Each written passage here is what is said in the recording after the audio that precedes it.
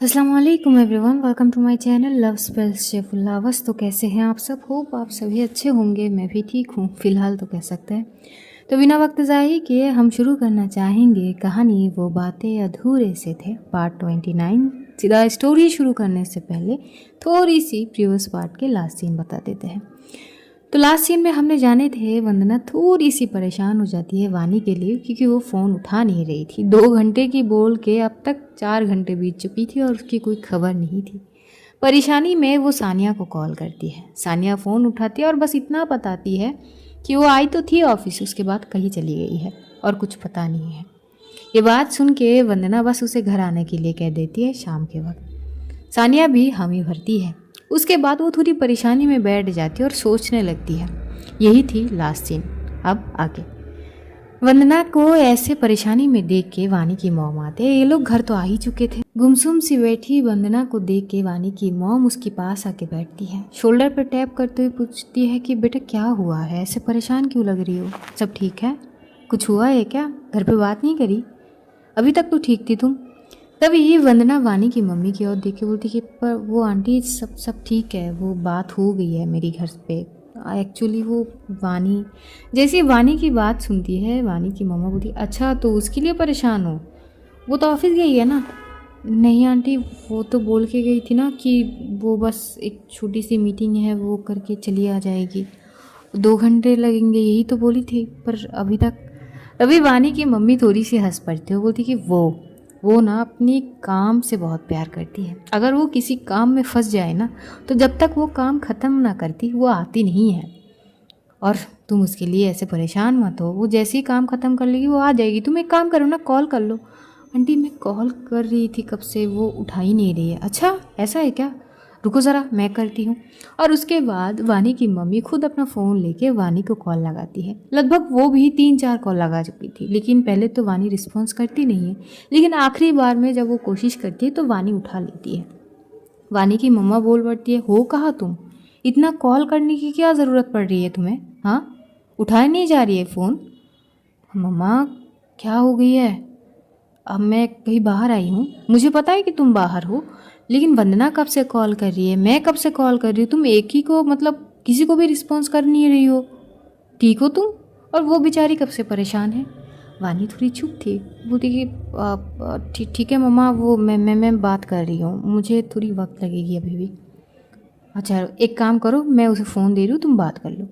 इधर वानी की मम्मा वंदना को फ़ोन पकड़ा देते हैं और बोलती कि तुम बात करो, मैं किचन से आती हूँ। वो किचन की तरफ चली जाती है। वंदना बस फ़ोन लगा के बोलती कि हेलो। वो जो सॉफ्ट आवाज़ थी उस आवाज़ में एक परेशानी की झलक महसूस करती है वानी। वो पहले तो आवाज़ सुन के थोड़ी सी चुप हो जाती है। वंदना के दूसरी बार हेलो बोलने पर वानी की आवाज़ आती है। हाँ वंदना, वो बोलो।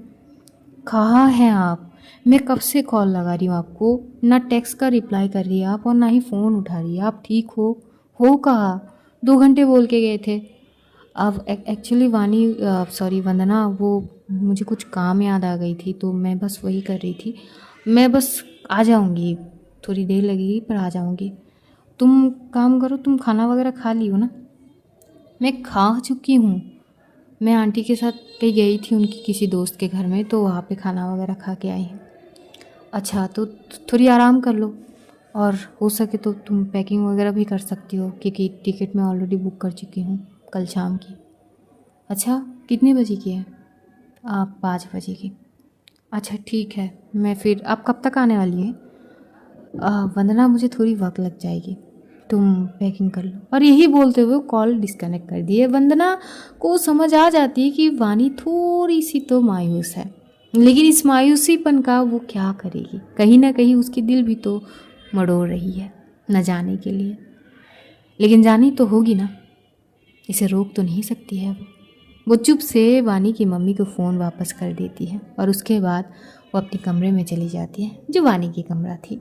उसमें जाके वो धीरे धीरे पैकिंग करने लगती है। पता नहीं एक अजीब सी दर्द महसूस हो रही थी उसे, जो समझ नहीं पा रही थी। मन भारी होते जा रहे थे कि ये जो पल थे ये कितनी जल्दी ख़त्म हो गए। बस अभी तो आई थी, वो कितनी खुशी के पल बिता रहे थे वानी के साथ, वानी के परिवार के साथ। सबसे एक अलग सी रिश्ता बन चुकी थी वंदना की। वानी की मम्मी पापा, वानी की छोटी बहन, सबसे। अब वो ये सोच रही थी कि जब वो जाएगी तो इन सबको कितना मिस करेगी, खास करके वानी को। यही सारी चीज़ सोचते सोचते वो पैकिंग तो कर ली थी, लेकिन उसकी आंखों में हल्की सी आंसू आ ही जाती है। इधर वानी की मम्मा थोड़ी सी शाम तो हो ही जाते उस वक्त, 2 कप चाय बनाती है और लेके आती है वानी के कमरे में। जैसे आती है तो देखती है वंदना पैकिंग कर चुकी है, साइड में फ़ोन लेके बैठी हुई कुछ सोच रही थी। वो आती है और बोलती है, अरे बेटा तुमने पैकिंग कर ली? अब हाँ आंटी, वो कल शाम को मेरी ट्रेन है। बेटा इतनी जल्दी जाने की क्या ज़रूरत है, कुछ दिन और रुक जाओ ना, बस अभी तो आई हो। आंटी पर जानी है, एक्चुअली यहाँ के ऑफिस के सारे काम ख़त्म हो गई और आई की तबीयत भी तो ठीक नहीं है, न जाने वो घर की काम कैसे कर रही होगी। तभी वानी की मॉम बोलती है कि समझ सकती हूँ, ठीक है बेटा, लेकिन याद रखो कि अब यहाँ पे तुम्हारी एक खुद की घर है, जब भी मन करे आ जाना यहाँ पे, ठीक है? कुछ भी आगे से नहीं सोचनी है। वंदना थोड़ी हंस पड़ती है। दोनों बैठ के थोड़ी बहुत चाय पी रही थी। चाय पीते पीते इधर एकदम से जो आयशा है वानी की बहन, वो कोचिंग गई थी और वो सीधा भागते हुए आती है और आके ही बुलाने लगती है, अरे वंदना दी कहाँ हो आप? तभी वंदना एकदम से चिल्ला पड़ती कि वो मैं कमरे में हूँ। तो सीधा कमरे में आती है तो देखती है इधर वानी की मम्मी और वंदना बात कर रहे हैं आपस में। वो जाती है, बोलती है, अरे दिया आप पैकिंग कर ली, कहाँ जा रहे हो आप? हो मेरी कल की ट्रेन है ना, मैं वापस नैनीताल जा रही हूँ। अरे पर इतनी जल्दी क्यों?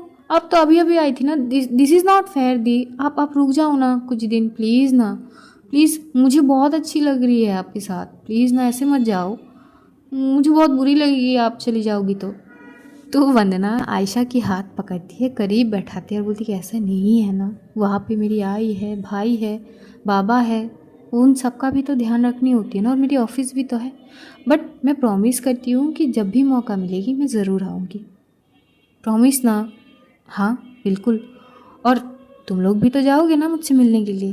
तभी आयशा बोलती कि मैं चली तो जाऊँ पर पक्का दी मुझे नहीं लेके जाएंगी। ज़रूर जाएंगी, मैं बोल दूँगी, वो आपको ज़रूर लेके जाएंगी, पक्का बोलोगी? हाँ बाबा पक्का। चाय पियोगी? चाय पर मम्मी ने तो लाई नहीं, कोई बात नहीं हम शेयर कर लेते हैं। तो यहाँ के माहौल थोड़ी सी अलग हो जाते हैं। अब देखते देखते लगभग 7 बज रहे थे। 7 बजते ही वहाँ पर सानिया पहुँचती। अब सानिया को क्या पता कि वानी अभी तक नहीं आई। वो तो पहुँचती ही वानी के नाम से चिल्ला रही थी, वानी कहाँ है यार? अरे कब से कॉल लगा रही हूँ, फ़ोन तो उठा नहीं रही, वानी। तभी ये तीनों नीचे की तरफ जाते हैं। नीचे जाते ही इधर सानिया नोट करती कि ये तीनों आ रहे हैं और वो वंदना को घूर के देख रही थी। वंदना भी आके थोड़ी सी उसको हाय हेलो कहती है, आपस में हॉल में बैठ के बातचीत करने लगती है। तो सानिया को पता चलती कि वानी तो अभी तक घर भी नहीं आई। वो पूछने लगती कि ऐसे कैसे, इतनी देर तो लगने की बात नहीं है कहाँ वो? वंदना के पास जवाब थी नहीं। सानिया कॉल लगाने लगती है वानी को और वानी इस बार सानिया की कॉल डिस्कनेक्ट कर रही थी। सानिया बोलती कि देखो देखो ये है इसकी ऑरा, देखा कैसे वो कॉल डिस्कनेक्ट कर रही है, आने तो दीजिए इसको एक बार। और तुरंत बाद ही वानी घर पे एंटर करती है। उसके हाथ में बहुत सारे शॉपिंग बैग्स वगैरह थे।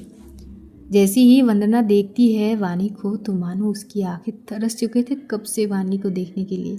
अब जाके उसकी आंखों को चैन मिली है। वो एकदम से खड़ी हो जाती है और भागने की कोशिश करती है कि तभी उसे याद आती है कि यहाँ पर आयशा और वानी की मम्मी भी तो है, ऐसे कैसे सबके सामने जाके हक करेगी, थोड़ी अच्छी नहीं लगती ये चीज़। तो जाके वानी के सामने खड़ी हो जाती है। वानी समझ सकती थी उसकी आंखों की ओर देख के कि किस तरह से वो तड़प रही थी उससे मिलने के लिए। वो समझ रही थी कि शायद वंदना उसे हक करना चाहती है, लेकिन वो भी आंखों से इशारा कर देती है कि अभी नहीं, रिलैक्स, मैं ठीक हूँ। सानिया तो जाके ही बरस पड़ती है वानी के ऊपर, तू ठीक? हाँ। अरे ये क्या बदतमीजी है, कब से कॉल लगाई जा रही हूँ, तू डिस्कनेक्ट पे डिस्कनेक्ट किए जा रही है यार, हद होती है। ये क्या बदतमीजी है? आई नो तू बॉस है, तू अपनी मनमर्जी कर सकती है जैसा तेरी मन करे, पर यार मैं तेरी दोस्त भी हूँ, कुछ इमरजेंसी हो सकती है, कुछ सीरियस इशू हो सकते हैं कि तभी मैं तुझे कॉल करी हूँ, कम से कम उठा के पूछ ले कि क्यों कॉल करी।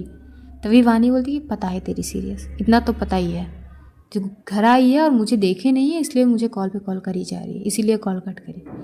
हाँ ठीक है, इतना भी स्मार्ट बनने की क्या ज़रूरत है, मैं तो बस परेशान हूँ कि क्योंकि तू ऑफिस से तो कब की चली गई थी, भाई तभी तू ठीक आ। वानी बोलती कि कुछ काम से थी। कहाँ पर? ऑफिस की तो कोई काम थी ही नहीं, तो कहाँ थी तू इतनी देर तक? अब सारे सवाल का जवाब मैं तुझे अभी दूँ? हाँ मुझे फ्रेश होनी है, सिर दर्द हो रही है। तो सानिया चुप हो जाती है। वानी उसमें से 2-3 पैकेट्स अपनी मॉम के हाथ में पकड़ा देती है और बाकी चीज़ लेके वो अपने कमरे की ओर चली जाती है। इधर सानिया वंदना की ओर देखती है और वंदना उसकी ओर। अब दोनों इस सिचुएशन में क्या ही बोलेंगे। इधर वंदना वानी की मम्मी की ओर देखती है, वो भी शांत खड़ी थी। आयशा बोलती कि देखा मम्मा, ये कही तो गई थी, झूठ बोल रही है दी। लेकिन वो कुछ नहीं बोलती है। वंदना क्या करती है, किचन में जाती है, वहाँ से ग्लास में पानी लेती है और कमरे की तरफ जाती है। सानिया समझ रही थी चीज़ों को और उस चीज़ों को वो उसको ख़राब करनी नहीं थी, तो वो कमरे की ओर जाती नहीं है, वो वहीं पर ही बैठ के आयशा से बातचीत करने लगती है। वंदना जैसे ही कमरे में जाती है तो देखती है वानी चुप से बैठी हुई थी, वो सारे शॉपिंग बैग वगैरह साइड में रखी थी। वंदना आती है, पानी के गिलास को थोड़ी सी आगे करते हुए बोलती कि पानी पी लीजिए। वानी वंदना की ओर देखती है और पानी की गिलास लेके पानी की सिप लेने लगती है। वंदना बोलती कि क्या हुआ, ठीक हो? न जाने क्यों वानी की खामोशी में एक अजीब सी दर्द महसूस करती है वंदना। वानी वंदना की ओर एकटक देखी जा रही थी। पानी पीते पीते वो जैसे एक गिलास उसके हाथ में पकड़ाती है और बस इतनी सी बात कहती है कि कुछ नहीं, बस थोड़ी सी सिर भारी है, मैं फ्रेश होके आती हूँ। और यही बोलते हुए वो वॉशरूम चली जाती है। फ्रेश वगैरह होके जब आती है तब कमरे में वंदना थी ही नहीं। वानी चेंज वगैरह करके हॉल में आ जाती है, जहाँ पर वंदना, सानिया, वानी की मम्मी, आयशा सब बात कर रहे थे। चुप से वो भी वहाँ पर आके बातचीत करने लगती है। सानिया भी नोट कर रही थी, पता नहीं वानी अजीब सी एक खामोशी दर्शा रही थी। पता नहीं क्या सोच रही है, क्या है, कुछ समझ नहीं आ रही थी। तभी सानिया पूछ लेती है वंदना से, वैसे जाने की सारी बंदोबस्त हो गई? तभी वंदना बोलती कि हाँ, वो पैकिंग वगैरह सब हो गई। वैसे कब की है ट्रेन? तभी वंदना बोलती कि एक्चुअली कल शाम की 5 बजे। ये बात सुनते ही सानिया सीधी देखती है वानी की ओर। वानी की नज़रें थोड़ी सी झुकी हुई थी। सानिया समझ जाती कि इस खामोशी का क्या मतलब है। अब वो भी कुछ कर नहीं सकती इस सिचुएशन में। वो आती है वानी के पास, थोड़ी सी शोल्डर में टैप करती है, मानो वो समझा रही है कि इट्स ओके ना। वानी कोई रिस्पॉन्स करती नहीं। उसके बाद वानी के पापा आते हैं। सब लोग इकट्ठे बैठ के बातचीत वगैरह करके, उसके पापा भी फ्रेश वगैरह होकर आ जाते हैं। सब लोग बैठ के वहाँ पे डिनर करे जाते हैं। अब वानी की मम्मी बता रही थी कि कैसे अपने दोस्त के घर पे गई थी, वो चीज़ों को, वंदना को कैसे पहचान कर रही थी, थोड़ी बहुत जैसे नॉर्मली टॉकिंग वगैरह होता है वही सारी। इधर इसी दौरान यशु की कॉल आती है वंदना को, तो यशु को भी बताया जाता है कि मैं आ रही हूँ, कल शाम की 5 बजे की ट्रेन है। यशु भी थोड़ी शौक थी कि ये गई तो थी पर इतनी जल्दी आएगी ये तो नहीं सोची थी। वो बार बार पूछ रही थी कि सब ठीक है, तुम ठीक हो? मुझे लगी कि कुछ दिन बाद आओगी। नहीं, सब ठीक है। आर यू श्योर ना?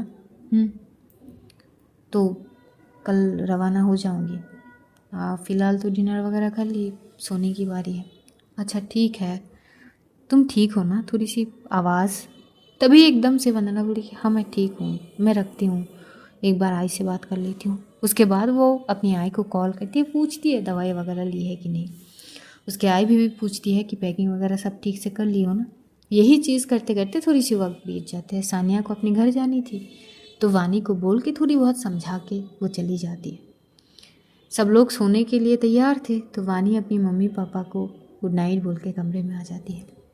वंदना थोड़ी वानी की मम्मी की मदद वगैरह करती है, तो थोड़ी लेट आती है। लेकिन जब वो आती है तो देखती है वानी विंडो के पास एक साइड पे खड़ी थी और बाहर की नज़ारा देख रही थी, जो केवल अंधेरा ही अंधेरा थी। वो आती है वानी की साइड में, वानी की हाथ को लाजमी से छूती है। जैसे ही छूती है तो देखती है वानी की हाथ थोड़ी सी ठंडी हो पड़ी है। वो थोड़ी कस के उसकी हाथ को दबाती है, अपनी शरीर की जो गर्माहट है शायद उसका एहसास दिलाना चाहती हो वानी को। वानी पीछे पलट के वंदना को देखते हुए बोलती, क्या हुआ? सब खत्म हो गई? मम्मी की मदद कर ली? हाँ, वो आंटी सोने के लिए गई है। थक गई ना? नहीं ठीक है, नहीं थकी हूँ, मुझे आदत है। आदत? बहुत काम करती हो ना तुम? नहीं ऐसा नहीं है, बस आदत है। वैसे तो नॉर्मल ही है ये सारी चीज़। हाँ, सारी चीज़ नॉर्मल है। क्या हुआ है आपको? मुझे क्या हुआ? कुछ नहीं तो। तुमने पैकिंग वगैरह सब कर लिया? तभी वो नज़रें चुरा के उधर से हटने की कोशिश करती है। वंदना उसके हाथ पकड़ती है, अपनी ओर करती है और उसके सीने में अपनी सर रख लेती है और बोलती कि मेरे होने का क्या फ़ायदा जब आप दर्द भी मुझसे बयां नहीं कर पाओ। ऐसा तो नहीं हूँ मैं, मुझे इतना करीब करे कि मुझसे अपनी दर्द भी बयां कर पाए बेफिक्र होके। ये बात सुनते ही वानी को न जाने क्या होती है, वो कस के वंदना को गले लगा लेती है। बस खामोशी ही थी दोनों के दरमियाँ और कुछ नहीं। विंडो से एक अजीब सी बहती हवा दोनों को छू जाती है, ठंडी सी हवा, न जाने इस क्या दस्तक दे रहे थे। एक अजीब ही माहौल थे वहाँ पर। कुछ देर तक ऐसे ही रहते हैं दोनों एक दूसरे को हक करे हुए। उसके बाद वानी बोलती है कि टेरेस पे चलोगी मेरे साथ? टेरेस पे इतनी रात को? चलो। वो उसकी हाथ पकड़ के वंदना को टेरेस तक ले आती है। जब टेरेस पे आती है तो वंदना थोड़ी शॉक होती है। वहाँ पे नीचे कुछ बिछाए हुए थे और उस पर एक लैम्प लाइट जो होती है वो, 2 पिलो थी, एक चादर। वंदना ये सारी चीज़ देख के वानी की ओर देख के बोलती ये क्या है?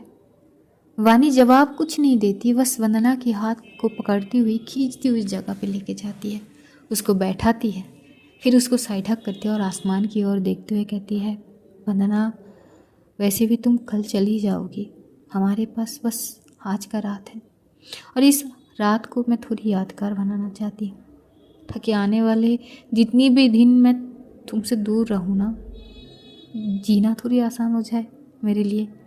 ये बात सुन के वंदना थोड़ी भावुक हो जाती है तो वो वानी के शोल्डर पे अपना सर रख लेती है। ये एक अलग ही समा बोल सकते हैं। एक खामोशी थी दोनों के दरमियाँ, सन्नाटे भरे हुए वो माहौल। आसपास अंधेरा ही अंधेरा थे, आसमान में तारे चमकते हुए और चांद की रोशनी। ये दोनों बस एक दूसरे के आहटों पे खुद को समझने की कोशिश कर रहे थे या संभलने की बोल सकते हैं। दोनों वैसी ही बातचीत करना स्टार्ट करते हैं। बिताए हुए पल को और आने वाले वक्त को ये लोग कैसे मेंटेन करेंगे, कैसे जिएंगे एक दूसरे के बिना, कितना मिस करेंगे, वही सारी बातचीत ये लोग हो रहे हैं। और ये भी बोल रहे थे कि कितनी जल्दी खुशी भरे पल ख़त्म हो जाते हैं ना, और अभी तो आई थी और अभी ये पल ख़त्म हो गई। वानी की मन से ये बात बार बार आ तो रही थी कि प्लीज़ मत जाओ, लेकिन वो बात वो बोलती नहीं, मन में ही रह जाती है। वो रात ये दोनों ऐसे ही बिता देते हैं, बातचीत करते करते सुबह की 4 बज चुके थे। ऐसी ही वंदना वानी के शोल्डर पे थी और वानी भी उसको कस के गले लगाए रखती है। एक पल के लिए भी वंदना उसकी साइड से हटती नहीं है। बहुत बार वो बोल चुकी थी कि सो जाते हैं, लेकिन वानी बोलती कि नहीं, थोड़ा और दे, थोड़ी और। ये थोड़ी और लगभग 5 बज के ख़त्म हो जाती है। जैसी थोड़ी थोड़ी सी रोशनी जाती है तो वानी नोट करती है अब वंदना शायद थक चुकी थी बहुत, अब बात करने की क्षमता भी उसमें बची नहीं थी। वानी को थोड़ी बुरी भी लगती है और वो एकदम से बोलती कि सो जाते हैं। वंदना को वो साइड में लेटा देती है और उसे हग करते हुए मानो कि पूरी अपनी अंदर समा देना। वैसे ही ये लोग सो जाते हैं। इधर सुबह के 10 बज रहे थे। वानी की मम्मा थोड़ी सी परेशान होती कि आज ना वानी उठी है और ना ही वंदना, दोनों है कहाँ। और जैसे ही कमरे की तरफ आती है तो देखते कमरा बंद है। वो बार बार दरवाजे पे नॉक करी जा रही थी लेकिन कोई रिस्पॉन्स नहीं थी, तो उनको लगती है कि शायद दोनों कुछ ज़्यादा ही गहरी नींद में है। और अगर वानी को ऑफिस जानी होती है तो अर्ली उठ के कम से कम अब तक तो उठ ही जाती, अगर नहीं उठी है तो शायद नहीं जाएगी। यही सोचते वो डिस्टर्ब नहीं करती है।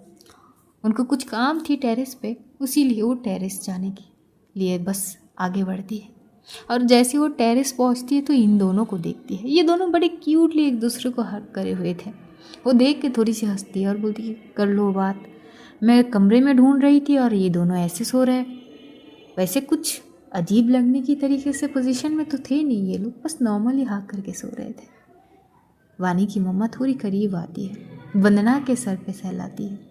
वंदना एक बच्ची की तरह सो रही थी, वानी उसे संभाल रही थी, मानो कुछ ऐसा सिचुएशन। वो हंसती है और वंदना के सर पे सहलाती है। जैसी वंदना को थोड़ी आहट या अपनी सर पे किसी की हाथ महसूस होती है, वो आंखें खोलती है और जैसी आंखें खोलती है वो सीधा देखती है वानी की मम्मी को। वो एकदम से चौंक जाती है और उठ के बैठ जाती है। डर के मारे उसकी हालत ख़राब कि कहीं आंटी ने कुछ बुरा तो ना सोच ली।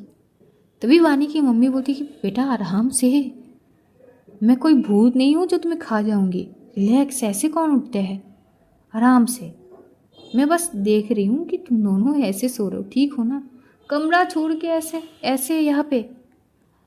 अब वंदना क्या बोलेगी, इसका जवाब देते हुए वानी उठते हैं। एक्चुअली वो मम्मी थोड़ी सी चांद की रोशनी अच्छी लग रही थी, तो सोचा कि यहाँ पे बातचीत करते करते कब नींद आ गई मुझे पता ही नहीं चला और हम यहीं पे सो गए। ठीक है बेटा, मैं तो वैसे सोच रही थी कि अब तक तुम उठी नहीं हो, क्या ऑफिस नहीं जानी? नहीं मम्मी, वो ऑफिस नहीं जानी है। भूख लगी है मम्मी, थोड़ी सी चाय मिलेगी? हाँ बेटा, मैं चाय, तुम तो कॉफ़ी पीते हो ना। तभी वानी वंदना की ओर देखती है क्योंकि वंदना चाय पीती है। तो वानी बोलती कि हाँ मम्मी, एक ही बात है, कॉफ़ी लेके आती हूँ, उठ भी जाओ या फिर अभी भी सोनी है? नहीं नहीं मम्मी, उठ जाऊँगी। यहाँ से वानी की मम्मी वो अपनी काम ख़त्म करके वो चली जाती है। वंदना वानी को घूर के देख रही थी, तो वानी समझ चुकी थी वंदना थोड़ी सी डर सी गई है। वो बोलती रिलैक्स, हम वैसा वैसा कुछ कर नहीं रहे थे, बस हक करके सो रहे थे, इट्स नॉर्मल। तुम भी क्या सोचती रहते हो, इतना कौन डरता है? फिर भी आंटी ने कुछ ज़्यादा नहीं तो सोचे ना? अरे वो मेरी मम्मी है, जानती हूँ मैं उनके बारे में, वो उतनी नहीं सोचेंगी, तुम भी ना, एक हक तो मिल ही सकती है ना, क्या पता आज के बाद। ये बात बोलती ही वंदना उसे घूर के देखती है। वानी बोलती कि हाँ ठीक है, सॉरी, चलो हक दे दो, और टाइटली वाली। वंदना उसे टाइटली हक करती है, वानी भी उस हक को महसूस करती है।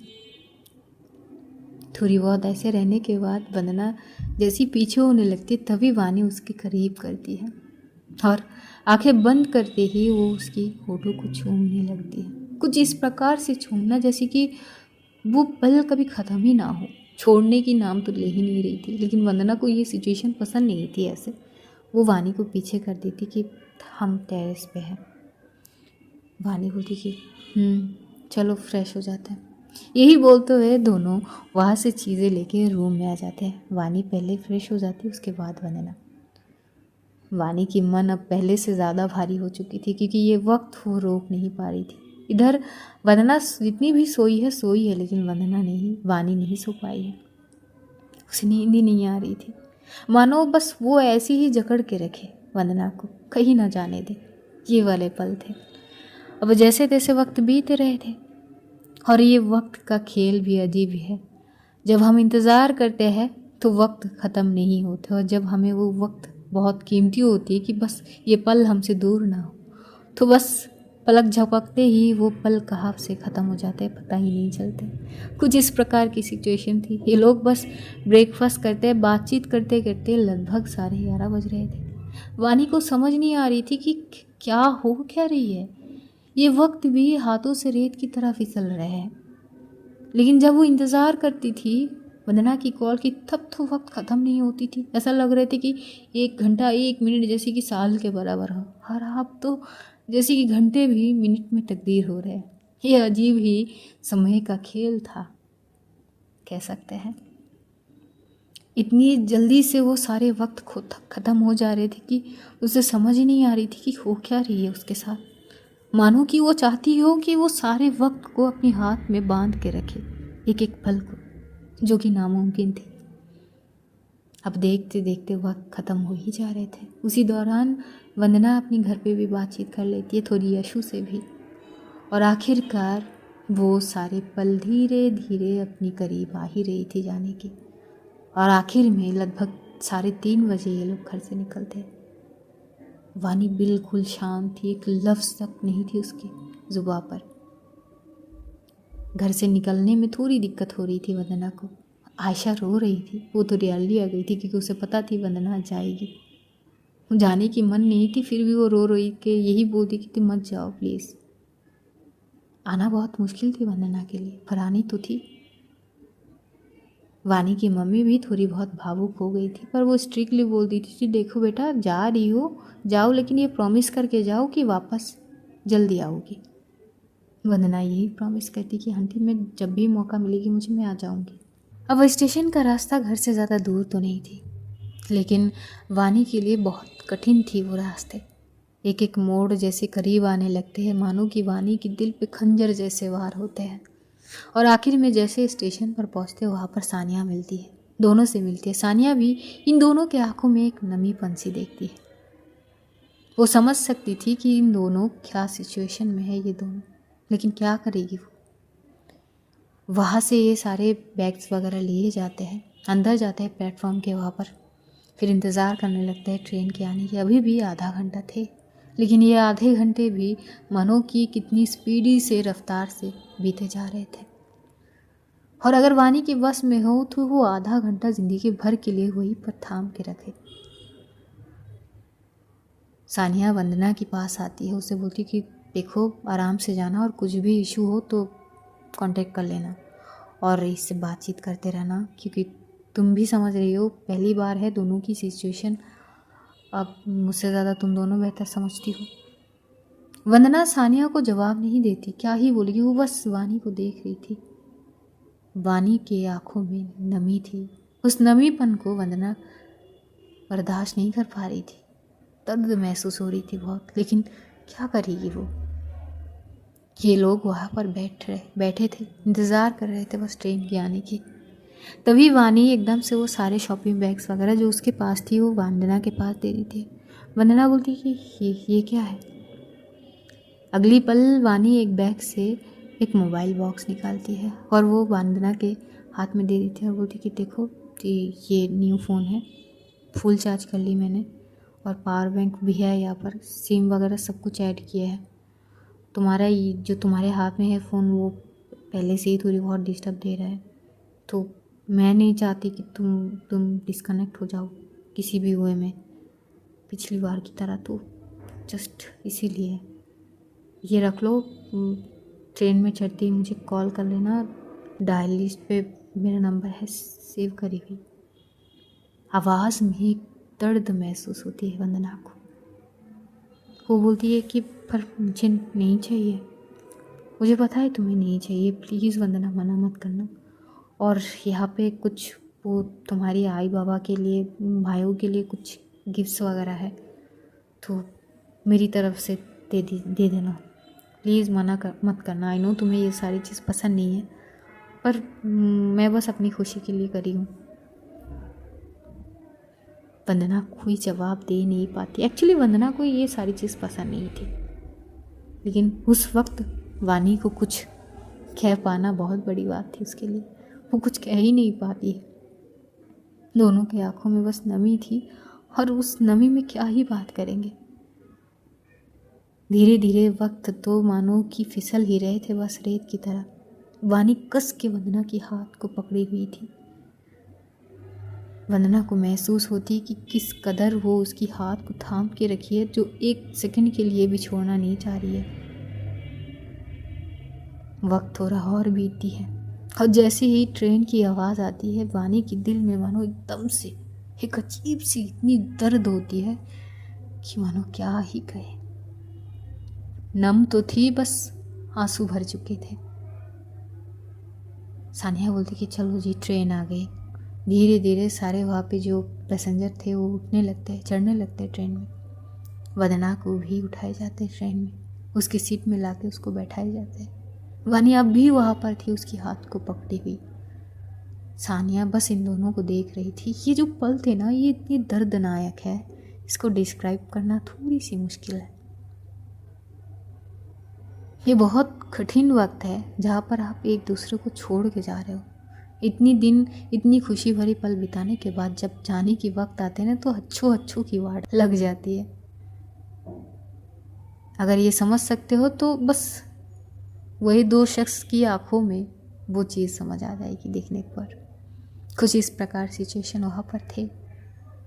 ट्रेन वहाँ पे ज़्यादा दूर रुकेंगी तो नहीं, बस उसी हिसाब से पैसेंजर जब धीरे धीरे उठने लगते हैं तो अब सानिया धीरे धीरे उतरने लगती है और वानी को इशारा करती कि चल ना, क्या कर रही है।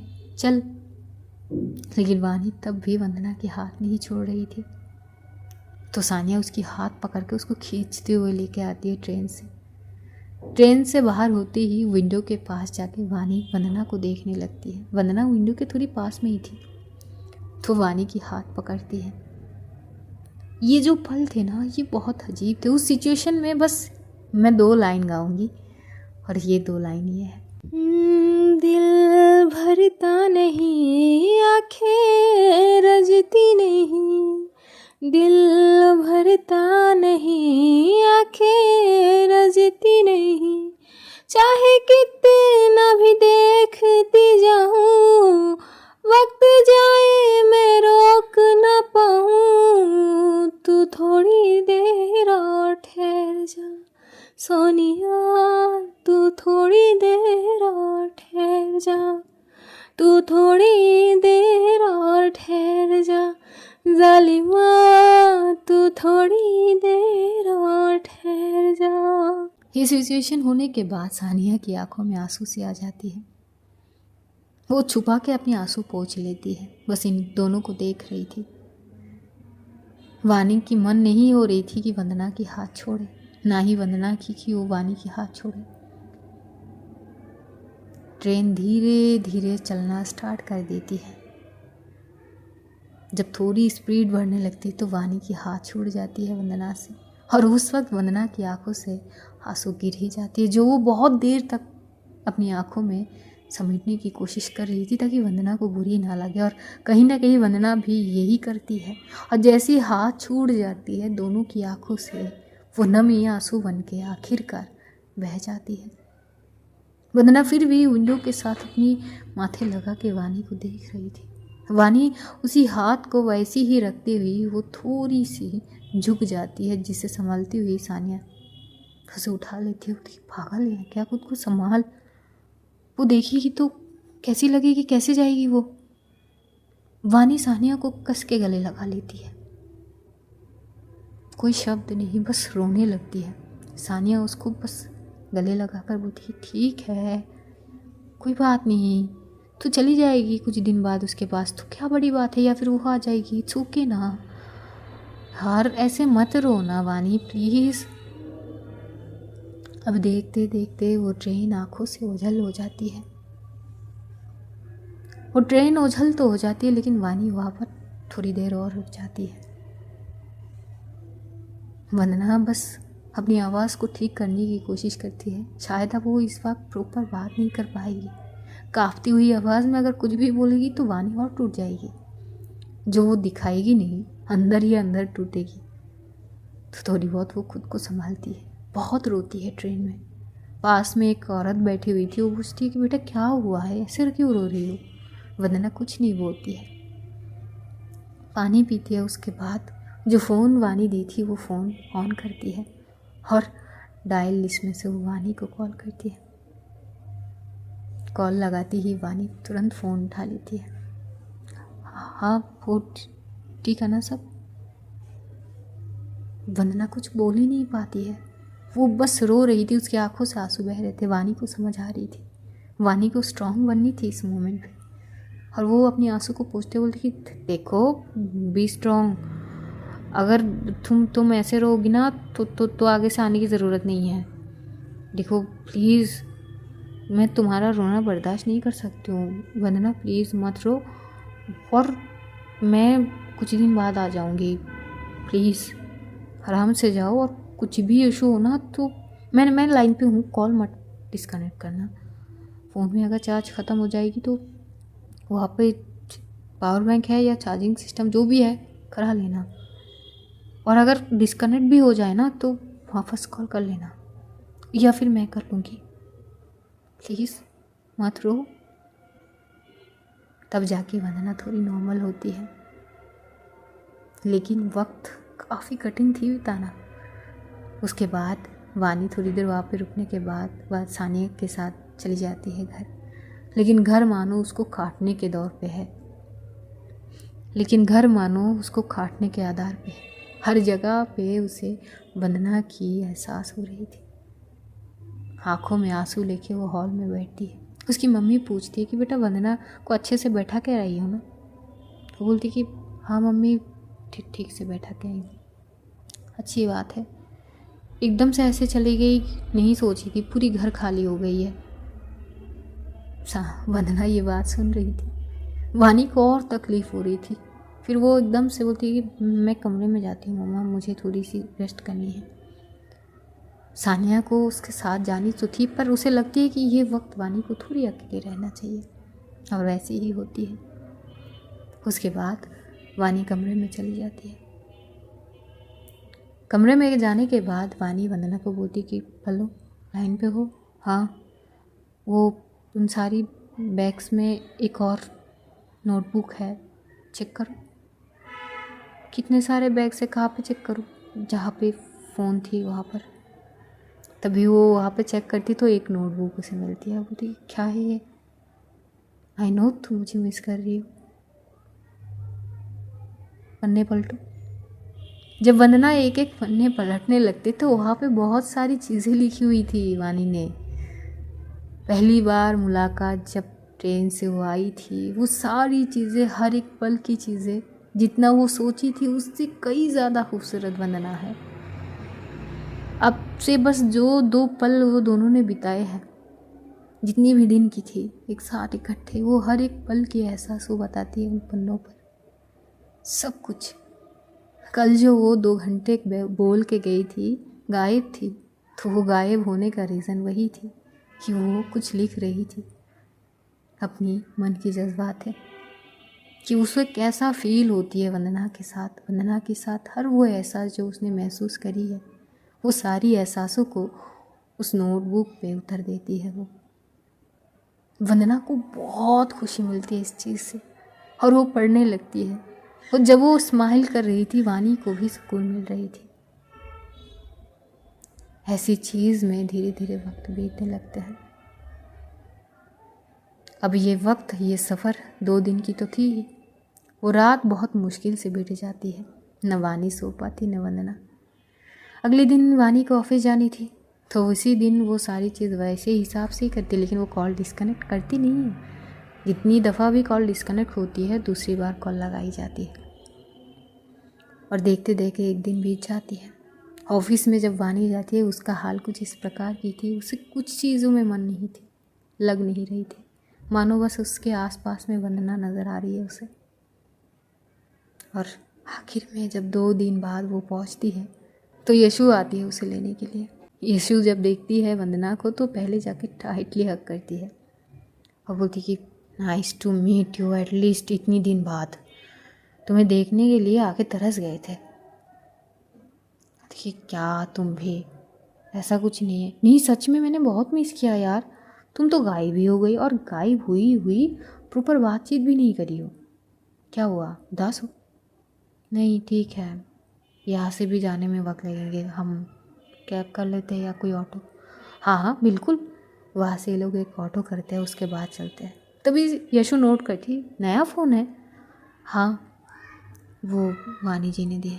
क्या बात है, गिफ्ट पे गिफ्ट, सही बात है। और क्या क्या मिली? तो थोड़ी बहुत चीज़ें होती है, पर वो जिस तरह से कस के नोटबुक को पकड़ी हुई थी भाई साहब, यशु बहुत कोशिश करती है वो नोटबुक लेने की, पर वो ले नहीं पाती है। और ऐसे में ही वो आखिर में घर पहुंच जाती है। घर पहुंचती ही वो वानी को बोल देती है। उतरने से पहले वो कॉल डिस्कनेक्ट कर चुकी थी। वानी को तसल्ली होती है कि चलो ठीक से, शुक्र है वो पहुंच गई। घर पहुंचते ही वहाँ पर वंदना अपनी आई बाबा से मिलती है, अपने भाइयों से मिलती है। पता नहीं उसकी और उसके जो भाई था उससे थोड़ा छोटा जो लव है, थोड़ी बहुत अनबन तो हमेशा होती रहती है इन दोनों के बीच। न जाने लव को क्या ही दिक्कत था हमेशा से ही वंदना से। जैसे ही वो अपनी चीज़ें देख रहा था तो वो थोड़ा सा शौक होता है, और वो वंदना को घूर के देख रहा था। इधर वंदना अपनी आई से बात कर रही थी, यशु भी वहाँ पे बैठी हुई थी। तभी जो लव था वो नोट करता है वंदना के हाथ में जो फ़ोन था वो नया था, तो अपने फ़ोन में कुछ सर्च करने लगता है। सर्च करने के बाद वो एकदम से वो जूता जो थे उसके हाथ में, वो एकदम से साइड में फेंक के मारता है। ये सीन देख के वंदना उसको घूर के देखती है और बोलती कि क्या हुआ है, पसंद नहीं आई? पसंद छोड़ो, तुम ये बताओ, तुम ऑफिस ही गए हो ना? तभी उसके बाबा जो थे वो बोलते कि क्या मतलब है तुम्हारा बेटा? बाबा, मैं पहले इनसे पूछ लेता हूँ। हाँ तो कहो, कहाँ गए थे तुम? ऑफिस ही गए हो ना? ऑफिस के काम से गए थे ना, या फिर कुछ और चीज़? इतने खर्चे कैसे कर लिए तुम? ये जो जूते हैं ना 8,000 के हैं, पैंट 5,000 के, और ये जैकेट 6,000 के। इतने खर्चे तुम, वो भी, और भी नया फ़ोन। क्या बात है, कौन सा अलादीन का चिराग मिल गया तुम्हें? हाँ, जो घिस के इतने सारे पैसों के मालिक बन गए हो और इतना खर्चा करा लिए। आई के लिए, बाबा के लिए, छोटे के लिए, मेरे लिए। मैंने तुमसे एक बार कह क्या दिया था कि मुझे मुंबई जाना है, एक अच्छी यूनिवर्सिटी में पढ़ना है। तुमने क्या कहा था मुझे उस वक्त? हमारे उतने औकात नहीं है, मैं यहाँ पर ही एडजस्ट कर लूँ। कर लिया मैंने, तो फिर अब यहाँ इतना खर्चा कैसे हो रहा है? हाँ सच सच बताओ ना, कहाँ गए थे तुम? ऑफिस ही था ना वो।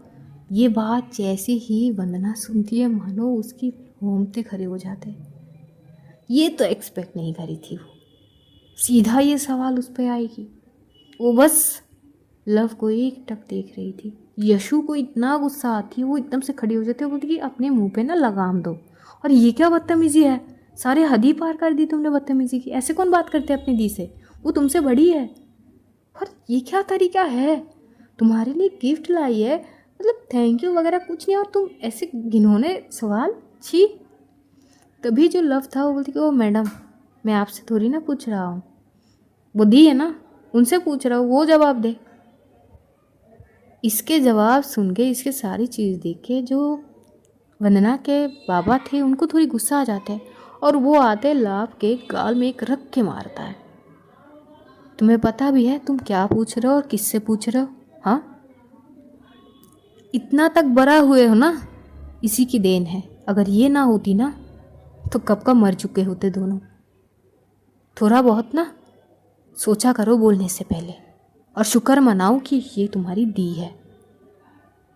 लब वहाँ से चीज़ें फेंक के कि मुझे कुछ नहीं चाहिए, और वो वहाँ से चुप से चला जाता है। बिना कहे ही वंदना की आंखों में आंसू आ जाती है, और वो आंसू उसकी गाल तक आ जाती है। इतना कुछ तो उसने नहीं सोची थी, और उसे सच में वो लोगों वगैरह के बारे में पता नहीं थी कि क्या है क्या नहीं। वानी ने तो बस पकड़ा दी थी, और उसी वही चीज़ आके वो बस दे दिए थे सबको, पर इसके बदले में ये ना सोची थी। तो आज कहानी हम यहीं पर ख़त्म करते हैं। अब जानेंगे आगे एपिसोड में क्या होती है, क्या वानी को बताएगी वंदना ये सारी चीज़। देखते हैं क्या होती है। तब तक अपना ध्यान रखिए, अपनों का ध्यान रखिए, ढेर सारा प्यार बांटिए, खुश रहिए, खुशियाँ बांटिए। Love you all guys, see you soon. बहुत जल्द फिर मुलाकात होगी, तब तक के लिए खुदा हाफिज़, tata, bye bye, good night guys, take care all, Tata.